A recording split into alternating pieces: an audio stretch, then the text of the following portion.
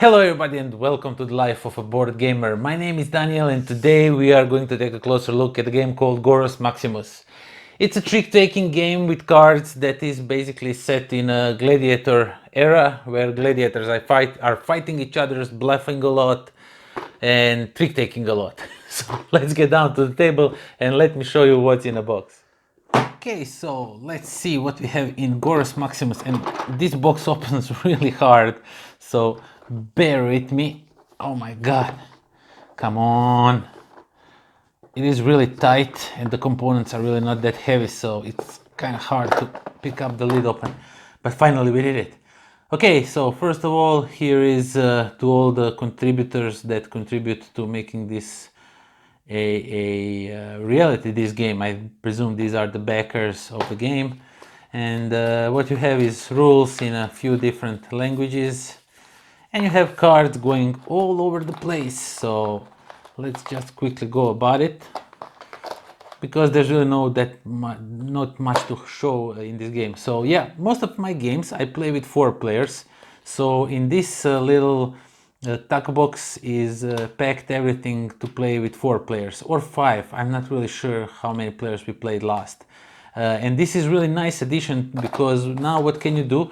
You don't have to bring all these, you can just bring these, and these tokens will be represented as cards in this box, so you don't really need those, and you just bring this to a game and play to wherever you go and play the game right out of your pocket, so you don't have to think about the box and everything. But yeah, it's really nice addition. First time I see something like that in a game, and that's something I really like. So I'll just show you quickly through the cards. As you can see, you have few, I think 5 different suits. So you have pink, you have yellow, blue, green and brown, and all the artworks are the same for all the cards. I mean, number 2 on a pink is the same as the number 2 on yellow, which I like, because you can definitely spot the card and see, okay, that artwork, if you look about it from a distance, you know that artwork is the same. Okay, that's 2, but I kind of wish it was a little bit different artwork for each of the suits. But nevertheless, the artwork in this game is super awesome. It is really gory, but at the same time it's not. I don't know how to explain it. We'll talk about it more later.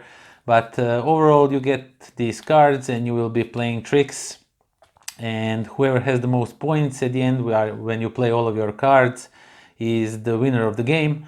And as you can see, some cards are worth negative points, like this one is -1, but this one gives you 2 points or -2 points, and there are like 5 or 6 points there in the tuck box over here.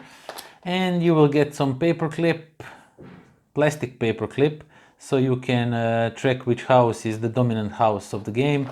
And you have these chips, so whoever gets 3 of these is the winner. Basically, you get one first win, you'll get this one. You get second win, you will flip it, and if you get the third one, you are the winner. So there's no really need to have a chip with the number 3 on it. And as you can see, this can be played in up to 8 players, which is super awesome. You can really have it on collective style.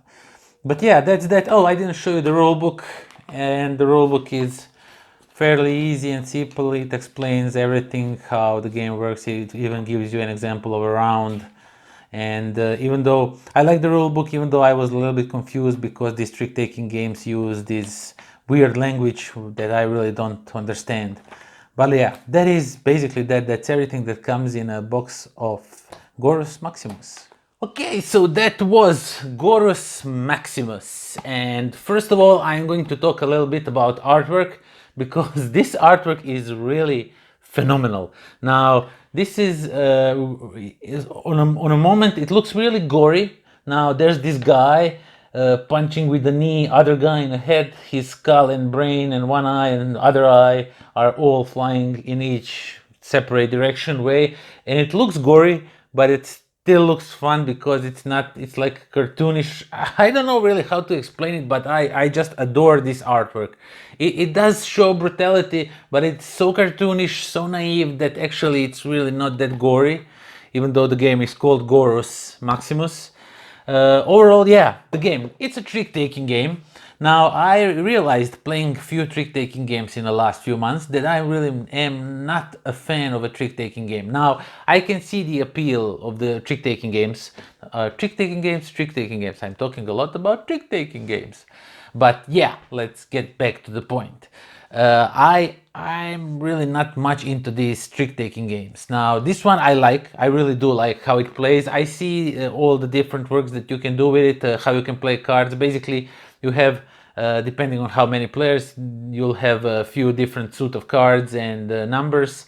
And there's a cute little twist when if you play the 0 card and it's not the favored house at the end of the trick, it scores you, when everybody's played all of their cards, it scores you nothing. But if it is, then you get 5 points for it, but actually it's worth nothing. So working around that, trying to make that happen is really interesting and really fun.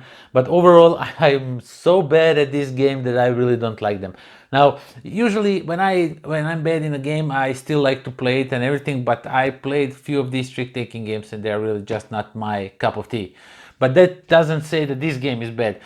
The artwork is phenomenal. I like how everything works, how the different houses, as you saw, you have few of them, and how they stored and did everything. Now all these cute chips that you get, these poker chips that you get, so you can, when you get glory, you get poker chips with really nice components, and they give you this stack box, and you in that stack box you can basically put cards for how many players you wish to play. For example, you will be playing 5-player games, so you don't need all this box, even though it's not a big box. You can just store them in that little tag box, all the cards that you need, and go out and play the game wherever you will be playing the game. The trick-taking aspect, as I said, is super interesting, super fun.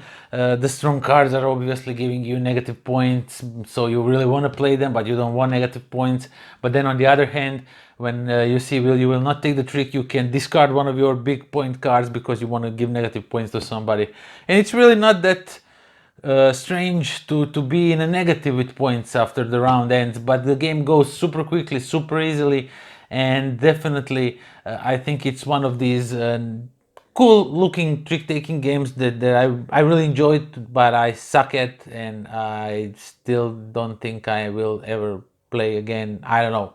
It's really strange. It sounds like I'm saying the game is not good. The game is good, but it's just I am not too much in a trick-taking games. So if I would rate it, I would give it let's say 6 out of 10 little gluten-free olives, because olive branch is a sign of peace, and I should make my peace with the trick-taking games, and this game looks like it needs some peace in its life. So yeah, if you like trick-taking games, I think you should definitely check this one. And that is that. Until next time. Pozdrav. As you can see, Roman gladiator era.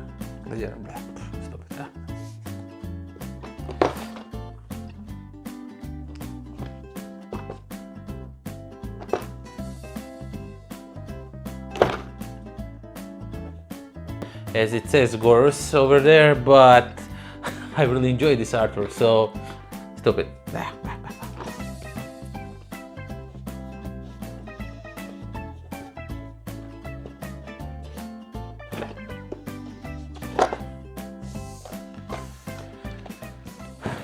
This video was brought to you by philibertnet.com, the game in all its states.